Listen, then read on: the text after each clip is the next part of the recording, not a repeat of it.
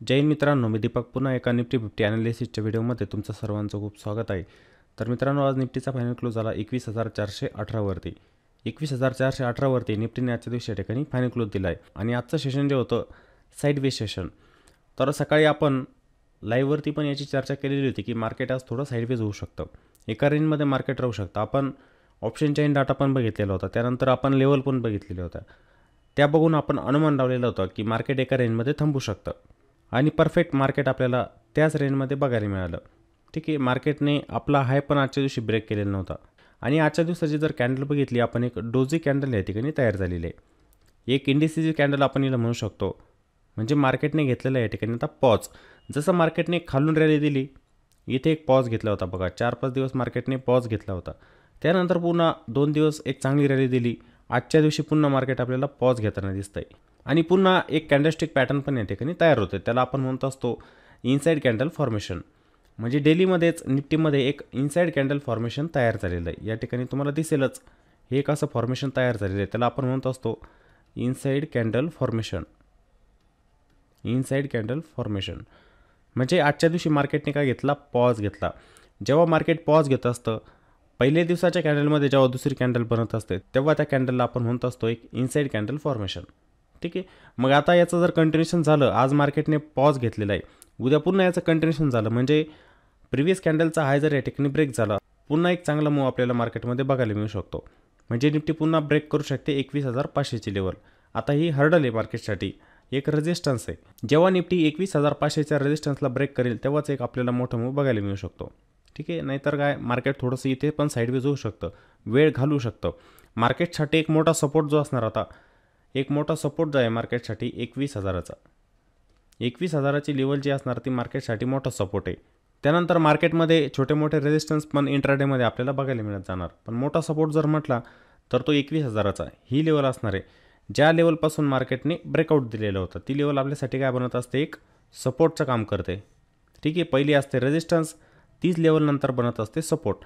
आता मार्केटमध्ये जर सेलिंग आली तर पुन्हा 400 पॉईंटची सेलिंग मार्केटमध्ये येऊ शकते आणि मार्केट मग इथे येऊन सपोर्ट घेऊ शकतं 21,000च्या आसपास. त्यानंतर मग 20,850, त्यानंतर 20,500 हे मार्केटसाठी असणार मोठे सपोर्ट. तर मार्केट अजून पण वीक नाही आहे, मार्केट बुलिशच आहे. मार्केटने आजच्या दिवशी पॉज घेतलेला आहे. उद्याच्या दिवशी जर निफ्टी 21,500च्या वरती गेली तर पुन्हा निफ्टी आपल्याला वरती जाताना दिसू शकते. ठीक आहे, आता इंट्राडेमध्ये काही सपोर्ट असतील, मी तुम्हाला 5 मिनिटांमध्ये सांगेल असते. ठीक आहे, पण मोठा सपोर्ट तुम्हाला सांगितला आहे 21,000च्या आसपास असणार. तिथे येऊन मग निफ्टी सपोर्ट घेऊ शकते. एक सायकोलॉजिकल लेवल पण 21,000ची, ती इथे सपोर्टचं काम करू शकते. हे सर्वांनी लक्षात ठेवायचं आहे. मग उद्याच्या दिवशी आपला प्लॅन कसा असला पाहिजे, कोणत्या लेवलला आपली बाईंग झाली पाहिजे, कोणत्या लेवलला आपली सेलिंग झाली पाहिजे, कोणत्या ठिकाणी आपला ट्रेड डिप्लॉय झाला पाहिजे, कोणत्या ठिकाणी त्याचं एक्झिक्युशन झालं पाहिजे, त्यासाठी आपण जो 5 मिनिटांच्या टाईम फ्रेममध्ये. तर सकाळच्या वेळेला आपण लाईव्हवरती पण डिस्कस केलेली होती की मार्केटसाठी एक हर्डल आहे.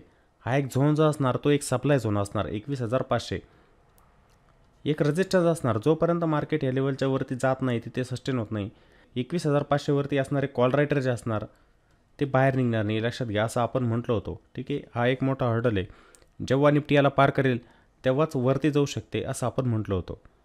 तर आपल्यासाठी अजून पण तोच रेजिस्टन्स आहे. ठीक आहे, 21,500च आपल्यासाठी काय एक रेजिस्टन्स होऊन बसलेला आहे. ठीक आहे, आणि सकाळच्या वेळेला आपण एक ड्रॉईंग पण असं केलेलं होतं बघा, इथे असं ड्रॉईंग पण केलं होतं. आणि आपण काय म्हटलं होतं की निफ्टी इथून वरती जाताना दिसतंय. असं फॉर्मेशन केव्हा तयार होत असतं, मार्केट इथं आपल्या हायला पण ब्रेक करत नाही, पण आपल्या प्रिव्हियस लोला ब्रेक करत नसतं, तेव्हा असं इथे फॉर्मेशन होत असतं. निफ्टी हायर लोज बनवत वरती जात होती. आता इथे 2 पॉसिबिलिटी बनत असतात. मी तुम्हाला काय म्हटलं होतं, इथे 2 पॉसिबिलिटी बनतात. एक तर मार्केट ब्रेकआउट देऊन वरती जाऊ शकतं, नाहीतर मोठी कॅन्डल आपल्याला इथे बनताना दिसू शकते खाली, आणि मार्केट पुन्हा येऊ शकतं मग 21,400पर्यंत. आलेलं होतं का, आलेलं होतं मार्केट परफेक्ट 21,400पर्यंत आलेलं होतं मार्केट. ठीक आहे, आणि निगेटिव्ह प्राइजेक्शन मार्केटने बनवायला सुरुवात केलेली होती आणि परफेक्ट जवळजवळ 21,400च्या आसपास मार्केट आलेलं होतं. मग काही जणांनी प्राइजेक्शन बघून या ठिकाणी स्कॅल्पिंगचा ट्रेड पण बनवलेला असणार. ठीक आहे, त्यानंतर आपण इथे पण अशी ट्रेंड लाईन ड्रॉ करू शकलो असतो बघा, अशा प्रकारची. इथे हा ट्रेंड लक्षात येण्यासाठी तुम्ही ट्रेंड लाईन ड्रॉ करायची असते की मार्केटमध्ये जे फॉर्मेशन तयार व्हायचं पुन्हा निगेटिव्ह तयार झालेलं होतं आणि मार्केट परफेक्ट इथं 21,400पर्यंत येऊन पोहोचलेलं होतं. बरोबर आहे, पहिलं कोणतं फॉर्मेशन व्हायचं, हायर लोजचं. मग त्यासाठी आपण इथे अशी ट्रेंड लाईन ड्रॉ केली होती. बरोबर आहे, अशी इथून ब्रेकडाऊन दिल्यानंतर मार्केट खाली आला, तर काही जणांनी इथे पुट बाय पण केलेला असणार. ठीक आहे, जेव्हा ब्रेकडाऊन दिला, पुलबॅक दिला, त्या पुलबॅकमध्ये पुन्हा ते पुट साईडला पण गेले असतील. 21,400पर्यंत त्यांना टार्गेट मिळालेलं असणार. म्हणजे 50 ते 60 पॉईंट इथे पुट साईडला मिळालेले पण असतील, ज्यांनी ट्रेड घेतला प्रायजेक्शन बघून त्यांच्यासाठी. ठीक आहे, ज्यांना प्रायजेक्शन समजत नाही ते ट्रेड घेत नाही. प्रॉपर आपली प्रायजेक्शन बनत असेल तर तिथं ट्रेड घ्यायला पण पाहिजे. एक आपला स्टॉप लॉस असला पाहिजे त्या ठिकाणी. एक तर तुम्हाला प्रॉफिट होईल, एक तर लॉस होईल तुम्हाला. दोन्हीपैकी एक गोष्ट होत असते. ज्या ठिकाणी तुम्हाला ट्रेंड समजत नाही, मार्केट कन्सल्टेशनमध्ये असतं, ट्रेड तुम्ही टाळायचा असतो. जसं इथे बघा, तुम्हाला समजत नाही मार्केटवरती जात आहे, एका झोनमध्ये थांबलेलं आहे मार्केट. ठीक आहे, मग इथे फायदा नसतो घेऊन ट्रेड तुमचा. ज्या ठिकाणी मोमेंटम मिळणार आहे, समजा इथून ब्रेकआउट दिला असता तर मग इथे तुम्हाला मोमेंटम मिळाला असता. मग त्यानंतर तुम्ही कॉल बाय करायला पाहिजे होता. इथे कॉल बाय करायचा संबंधच येत नाही काही. ठीक आहे, पुट बाय करू शकले असते तुम्ही, पुट बायमध्ये प्रॉफिट मिळालेलं असतं. हे बघा, त्यानंतर मग मार्केट इथे चाललेलं होतं. ही जी लेवल होती इथे आली, सपोर्ट घेतला, पुन्हा वरती जाण्याचा प्रयत्न केला मार्केटने, पुन्हा इथे वेळ घालवलेला होता मार्केटने. ठीक आहे, आणि मी एक चार्ट पण शेअर केलेला होता आपल्या ग्रुपवरती. या लेवलच्या वरती जर मार्केट गेलेलं असतं तर पुन्हा ते 21,500पर्यंत जाऊन पोहोचलं असतं, पण तसं झालं नाही. मार्केटने जो क्लोज दिलेला आहे पुन्हा 21,400च्या आसपास दिलेला आहे इथून. ठीक आहे, ब्रेकआउट देण्याचा प्रयत्न केला इथे. हे बघा, हा रेजिस्टन्स जो होता ना त्याचा ब्रेकआउट या ठिकाणी दिलेला होता, पण काय झालं, मार्केट पुन्हा त्याच लेवलपासून खाली आलं. आता ज्यांनी ॲग्रेसिव्ह एंट्री घेतली इथे ब्रेकआउटला ताबडतोब, इथे काय होत असतं, त्यामुळे मी काय म्हणत असतो तुम्हाला की ब्रेकआउटला ताबडतोब कधी एंट्री घ्यायची नाही, ब्रेकडाऊनला घ्यायची नाही, एक पुलबॅकमध्ये घ्यायची एंट्री. समजतं आहे पुलबॅक कसे असतात. हे बघा, मार्केट खाली येतं, हे पुलबॅक देतं, हे खाली येतं, सपोर्टला ब्रेक करतं आहे, पुलबॅक देतं आहे, पुन्हा खाली जातं. या पुलबॅकमध्ये एंट्री घेतली पाहिजे. समजतं आहे, तर मग तिथे ट्रेड कुठे चांगला बनतो. नाही तर तुम्ही अशी ब्रेकआउटमध्ये ताबडतोब एंट्री घेतली आणि मार्केट खाली आलं तर तुमचा स्टॉपलॉस ते हिट करून टाकतं. स्टॉपलॉस त्या ठिकाणी हिट झालेलं असतं, हे लक्षात घ्यायचं आहे. मार्केटने मग परफेक्ट बघा त्याच लेवलवरती क्लोज पण दिलेलं आहे. ठीक आहे, आणि त्याच झोनमध्ये होतं. हे जे मार्केट होतं एका रेंजमध्ये होतं. इथे दिसतंय आत्ता तुम्हाला, एक रेंज होती 21,400 आणि 21,500 या रेंजमध्ये. जसं आपण लाईव्हवरती म्हटलं होतं तशाच प्रकारे एका रेंजमध्ये मार्केट थांबलेलं होतं. मग अशा मार्केटमध्ये काय होतं असतं, जे साईडवेज मार्केट असतं, हे नेहमी लक्षात ठेवा तुम्ही. जेव्हा साईडवेज मार्केट असतं, ज्यांना ट्रेंड लक्षात येत नसतो की मार्केटचा ट्रेंड आता कोणता आहे, मग त्यांनी इथे तर एकतर ट्रेड टाळला पाहिजे. ठीक आहे, किंवा स्कॅल्पिंगचे छोटे मोठे ट्रेड बनत असतात ते घेतले पाहिजे, नाही तर ट्रेडिंग करायची नसते. इथे काय होणार, प्रत्येक वेळेला जेव्हा तुम्ही ट्रेड घ्यायला चाल तिथे तुमचे स्टॉपलॉस हिट होत असतात. इथे स्टॉपलॉस हिट होत असतात. एक तर तुम्हाला काय वाटतं मार्केट आता वरती जातं आहे, मग तुम्ही एखादा कॉल साईडचा ट्रेड घेऊन टाकतात, मार्केट पुन्हा खाली येत असतं, मग पुन्हा तुम्ही पुट साईडला प्रयत्न करतात, मार्केट पुन्हा वरती निघून जात असतं. अशा ठिकाणी तुमचे स्टॉपलॉस हिट होत असतात. त्यामुळे जेव्हा आपण साईडवेज मार्केट असतं, ऑप्शन ट्रेडिंग टाळायचे. जे ऑप्शन बाईंग करत असतात त्यांनी ऑप्शन ट्रेडिंग टाळलं पाहिजे. त्या दिवशी कोणताही ट्रेड घ्यायचा नसतो. मी इंट्राडे पूर्णपणे टाळायचं असतं, तरच तुमचा पैसा सेफ राहू शकतो. नाहीतर तुम्ही प्रत्येक वेळेला अशा साईडवेज मार्केटमध्ये लॉस करून घ्याल. तुम्ही परफेक्ट अशा मार्केटमध्ये ट्रॅप होत असतात. त्यामुळे साईडवेज मार्केटमध्ये ट्रेडिंग आपण टाळली पाहिजे. जेव्हा आपल्याला ट्रेंड लक्षात येत नाही, ट्रेडिंग आपण टाळलं पाहिजे. समजलं. मग उद्यासाठी आपण कसा प्लॅन करणार या ठिकाणी, तर मार्केटसाठी रेजिस्टन्स तोच आहे अजून 21,500 हाच एक रेजिस्टन्स आहे. एक चांगली मोमेंट जी येणार मार्केटमध्ये ती 21,500च्याच वरती येणार. आता मार्केट जर फ्लॅट ओपन होत असेल तर मग आपला प्लॅन कसा असला पाहिजे की मार्केट जर 21,420 किंवा 21,400च्या आसपासच जर ओपन होतं आहे, इथे जर काही निगेटिव्ह प्रायजेक्शन आपल्याला बघायला मिळाली, आपण पुट साईडला जाणार. हे बघा, असं नाही की मार्केटमध्ये इंट्राडेमध्ये आपल्याला ट्रेड मिळत नसतात, मिळतात. मार्केट इंट्राडेमध्ये कोणत्याही साईडला जाऊ शकतं. ते अप ट्रेंडमध्ये जाऊ शकतं किंवा डाऊन ट्रेंडमध्ये जाऊ शकतं. एखादा दिवस मार्केटमध्ये सेलिंग पण येऊ शकते. मग इंट्राडेमध्ये जर तुम्हाला दिसतं आहे की आजच्या दिवशी डाऊन ट्रेंड आहे, पुट बाय केला पाहिजे. इंट्राडेमध्ये तुम्हाला दिसतं आहे मार्केट अप ट्रेंडमध्ये, कॉल बाय केला पाहिजे. आणि ओव्हरऑल ट्रेंड जो चालू आहे मार्केटचा तो बुलिश आहे, तो बुलिश आहे. मग कोणी जर पोझिशनलमध्ये जात असेल ना की मी पुट बाय करून बसतो, मग ती चुकी ठरेल त्यांची. मार्केट आहे अप ट्रेंडमध्ये आणि तुम्ही ओव्हरनाईटमध्ये पुट बाय करून बसताय, तसं नसतं ट्रेडिंग. समजलं. इंट्राडेमध्ये अप ट्रेंड डाऊन ट्रेंड चालूच असतात मार्केटचे. समजलं. आपल्याला जर कॉल साईडला जायचं असेल तर वाट बघावी लागेल. कोणत्या झोनची, ह्या झोनची. जेव्हा मार्केट 21,440 ते 21,450च्या वरती जायला लागेल इथून फ्लॅट ओपन झाल्यानंतर, तेव्हाच मग आपण इथे कॉल साईडचा प्रयत्न करणार. इथे आपलं टार्गेट जे असलं पाहिजे कुठपर्यंत, 21,500पर्यंत. म्हणजे 40-50 पॉईंट आपल्याला इंडेक्समध्ये या ठिकाणी मिळू शकतात. इंडेक्समध्ये ऑप्शनमध्ये मग ऑप्शनमध्ये 15 ते 20 पॉईंट आपले बनत असतात. 15, 20, 25 पॉईंट बनत असतात आपले. एक मोमेंटम फास्ट असेल मार्केटमध्ये तेवढे पॉईंट आपले बनून जातात. समजलं. पण जोपर्यंत निफ्टी ह्या झोनच्या वरती जात नाहीत, या जागेवरती काही प्राइस ॲक्शन बघायला मिळाली तरच आपण कॉल साईडला जाण्याचा प्रयत्न करणार. छोट्या मूला कॅच करणार, मोठा नाही, छोटा मूव. का म्हणतोय, एक हर्डल आहे 21,500चा. तिथे जर प्राईसचं रिजेक्शन आलं, ताबडतोब निफ्टी पुन्हा तुम्हाला खाली दिसेल. इथं जसं इथं व्हायचं बघा, मार्केटवरती जायचं, इथे खाली आलं 21,400वरती. तशाच प्रकारे इथून जर वरती गेलं ते ताबडतोब तुम्हाला ते खाली दिसू शकतं. त्यामुळे छोट्या मूला आपण इथे कॅच करू शकतो. आपलं प्रॉफिट या ठिकाणी छोटा असणार आहे. आपलं प्रॉफिट छोटा असणार आहे, छोट्या मूला आपण कॅच करणार. किंवा मार्केट जर गॅपअप झालं ओपन समजा पुन्हा उद्याच्या दिवशी 21,450-60 अशा रेंजच्या दरम्यान पुन्हा इथे ओपन झालं, तर मार्केटसाठी पुन्हा ही लेवल सपोर्ट बनेल. मार्केट एकतर इथे येऊन सपोर्ट घेऊ शकतं किंवा इथून कंटिन्युअस वरती जाऊन इथे वेळ घालू शकतं 21,500वरती. मग इथे काय होईल, एक कन्फ्युजन तयार होणार की आता कोणता ट्रेड घ्यायचा, कॉल साईडचा घ्यायचा की पुट साईडचा. टाळला पाहिजे, दोन्ही साईडचे ट्रेड टाळले पाहिजे. परफेक्ट एक ट्रेंड जोपर्यंत तुम्हाला लक्षात येत नाही तोपर्यंत ट्रेडिंग करायची नाही. मग ठीक आहे, मग तो ट्रेंड आपल्याला केव्हा समजेल, जेव्हा मार्केट या लेवलच्या वरती जाणार 21,500च्या वरती, एक सप्लाय झोनच्या वरती जेव्हा मार्केट थांबेल, एक कॉल रायटरचा झोन पण असणार तो, त्याच्यावरती जेव्हा सस्टेन व्हायला लागेल तेव्हा मग आपण कॉल साईडला जाण्याचा प्रयत्न करणार. ताबडतोब नाही, कारण की पहिल्या 5-10 मिनिटांमध्ये मार्केटमध्ये खूप व्हॉलेटिलिटी असते. ठीक आहे, 1-2 कॅन्डलच मोठ्या बनून जात असतात, मोमेंटम तुटून जात असतो. एक तर मार्केट ताबडतोब जर 10 मिनिटात वरती जात असेल तर मार्केटने मग या रेजिस्टन्स लेवलजवळ वेळ घालवला पाहिजे. वेळ घालून जर ब्रेकआउट देत असेल तर मग एक परफेक्ट ट्रेड इथं बनू शकतो. ठीक आहे, मी इथे पण तुम्हाला म्हटलं होतं की मार्केट इथं वेळ घालवतं आहे. इथून जर ब्रेकआउट दिला तर तो ब्रेकआउट आहे ना मोठा असू शकतो, प्रॉफिट चांगलं मिळू शकतं तुम्हाला तिथे. तशाच प्रकारचा मूव 21,500च्याच वरती येणार तो, जेव्हा हे कॉल रायटर एक्झिट होतील तेव्हा एक शॉर्ट कवरिंग मूव आपल्याला इथे बघायला मिळू शकतो. मग मार्केट 40-50 पॉईंटने ताबडतोब वरती जाऊ शकतं. मग तुम्ही जर त्या मूलं कॅच केलं तर तुमचं प्रॉफिट पण जास्त बनणार. समजलं, याच्यावरती आपलं प्रॉफिट जास्त बनू शकतं. जेवढा जास्त मोमेंटम फास्ट, ऑप्शनचे प्रीमियम पण वाढत असतात ताबडतोब. जर मार्केट स्लोली वर जात असेल, हळूहळू वरती जात असेल, त्या ठिकाणी आपल्या ऑप्शनचे प्रीमियम वाढत पण नसतात, ते वाढत नाही, ते डिके होतात. उलट त्या प्रीमियममध्ये असलेली टाईम व्हॅल्यू जी असते ना ती हळूहळू डिके होते. मार्केटवरती जात असताना सुद्धा तुम्हाला प्रॉफिट होत नाही. मग समजलं, तर असा आपला प्लॅन या ठिकाणी असला पाहिजे.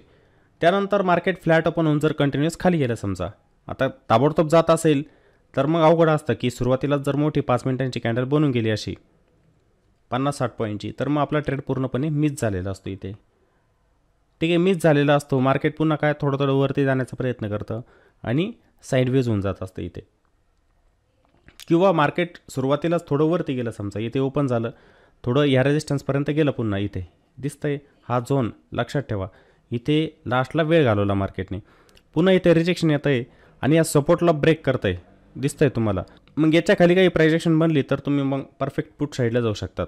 याच्या खाली काही प्राइजेक्शन बनली तर मग आपण जाऊ शकतो पुट साईडला. आपलं टार्गेट असलं पाहिजे 21,350पर्यंत, हे आपलं असलं पाहिजे टार्गेट.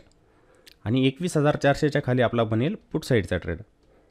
परफेक्ट प्राइजेक्शन बघून ट्रेडिंग करत चला, तुम्ही ट्रॅप होणार नाही कधी. एखाद्या वेळेला तुमचं प्रॉफिट पण जाऊ शकतं की मार्केट ओपन झालेलं आहे आणि ताबडतोब पहिलीच कॅन्डल इथपर्यंत बनून गेली, मग स्कोप नसतो मार्केटमध्ये. ताबडतोब तुम्ही घ्याल का दुसऱ्या कॅन्डलमध्ये एंट्री ताबडतोब? जर हीच 70 पॉईंटची कॅन्डल बनत असेल, हिंमत होणार नाही तुमची इथे ट्रेड घेण्याची. एवढा मोठा मूव मार्केटने दिलेला असतो.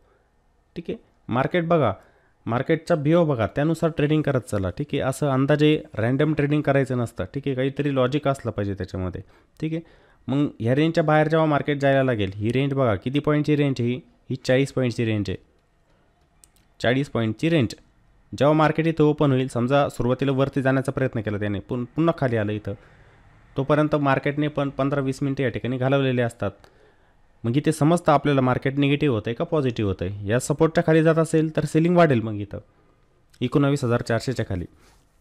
मग इथे आपण पुट बाय करू शकतो आणि आपलं टार्गेट 19,350 ते 19,300 पण असू शकतं इथपर्यंत. ठीक आहे, मार्केट कंटिन्युअसली खाली पण जाऊ शकतं. जरी ते सेलिंग व्हायला लागली, ठीक आहे, तर मार्केट खाली पण जाऊ शकतं. 21,300च्या आसपास पण मार्केट जाऊ शकतं. ठीक आहे, आता ही जी प्राइजेक्शन तयार झालेली असते यावरती तुमचं लक्ष असलं पाहिजे की हे मार्केट जे आहे बघा, इथे निगेटिव्ह तयार झालेलं होतं, इथे पॉज घेतला आणि त्याचं कंटिन्युएशन व्हायचं असेल तर मार्केटला या सपोर्टला ब्रेक करावं लागेल. मग खाली आलं, इथे पॉज घेतला आणि त्याचं कंटिन्युएशन म्हणजे निगेटिव्ह होत गेलं मार्केट. असा प्राईसचा बिहेव असतो, स्ट्रक्चर असतं मार्केटचं, ते ओळखण्याचा तुम्ही प्रयत्न केला पाहिजे. ठीक आहे, पण पुट साईडला ॲग्रेसिव्ह जाऊ नका, अजून मार्केट बुलिसच आहे आपलं. ॲग्रेसिव्ह केव्हा जायचं असतं? जेव्हा आपल्याला समजतं की मार्केटचा ट्रेंड निगेटिव्ह होतो आहे, मार्केटचा ट्रेंड डाऊन ट्रेंड चालू होतो आहे, कोणता ओव्हरऑल ट्रेंड, मग ॲग्रेसिव्हली तुम्ही पुटसाठी प्रयत्न करू शकतात. पण जोपर्यंत इंट्राडेमध्ये तुम्हाला काही स्ट्रक्चर दिसत नाही प्राईसचं निगेटिव्ह होतं आहे, तोपर्यंत तुम्ही पुट साईडला जायला नको. काही जण काय करतात की आता मार्केट एवढं वरती गेलेलं आहे, 21,500पर्यंत निफ्टी गेलेली आहे, चला आपण पुट बाय करूया, इथून खालीच येणार ते. काही जण अगोदरच अंदाज लावतात. आपण लाईव्हवरती पण बघितलं, एक जण आली होती व्यक्ती की बँक निफ्टी 800 पॉईंटने आजच्या दिवशी खाली जाणार, ते एवढ्या पॉईंटचा स्टॉप लॉस आहे. गेली का? आपण म्हटलो म्हणून मार्केट खाली जाणार नाही. समजलं? जेव्हा तुम्हाला दिसतंय ना मार्केट खाली येतं आहे, त्याचा ट्रेंड निगेटिव्ह होतो आहे, मग जा निगेटिव्ह साईडला. समजलं?